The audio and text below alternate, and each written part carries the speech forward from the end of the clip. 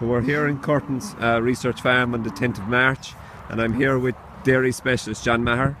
John, what's the plan for the second round?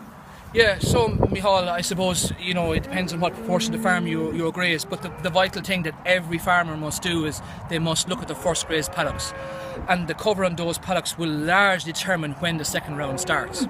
So if we have that measurement plus the average farm cover and our tractor and spreading fertiliser here behind, we need that as well. So they're the three things. So most farmers got nitrogen out in January, so that's 5 or 6, 7 weeks ago. So we need the second tranche of nitrogen out now to get her 60 or 70 units per acre applied by April 1st, and that nitrogen is vital to have the grass there to start the second round. So we need cover somewhere around 1,000, 11, 1,200 in the first few paddocks that start the second round, and our average farm cover somewhere above 500 in most farms, with our 60 to 70 units of nitrogen applied per acre by April 1st. That will really determine when they start the second round.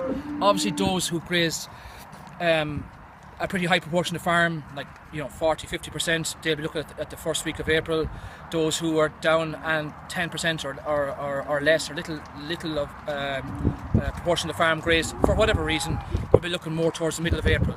But in both cases, it's vital that there's enough grass on the early grazed paddocks to start the second round, and that the nitrogen gets out before the 60 or 70 units before the 1st of April. So 2 key points there, John, is to get the nitrogen out to 70 units across the whole farm. Correct.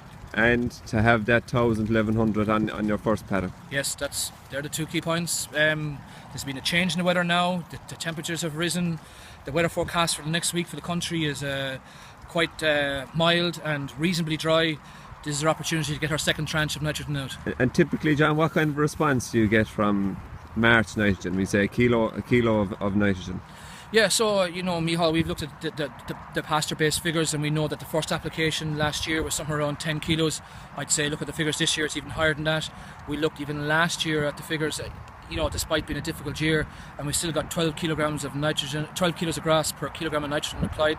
So the economics are massive. I'd expect with the weather pattern we have at the moment, it will even be higher than that, be close to 15 or even 20 if the weather's anyway improved at all. So the economics really stack heavily in your favour to apply the nitrogen and to generate that feed for the cow at the start of the second round. And there's a lot of slurry on farms, John. Should we be following the cows, or should we be waiting for silage fields, or what should we be doing?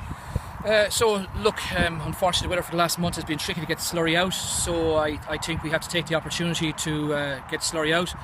At this stage, Michal, we're on the 10th of March. Is time getting too short? It is for the grazing platform to me, and I think most of the slurry has to be targeted towards the silage ground. Because we apply slurry today on grazing ground, we'll see it again more than likely in 30 days, unless there's a lot of rainfall. Trailing shoe maybe, or something. Yes. might get over that. So that's the splash plate. The trailing shoe offers a level of flexibility. Still, the volumes can't be high. To me, the slurry has to be targeted towards the silage ground to make best use of the slurry. Okay. Thanks very much, John.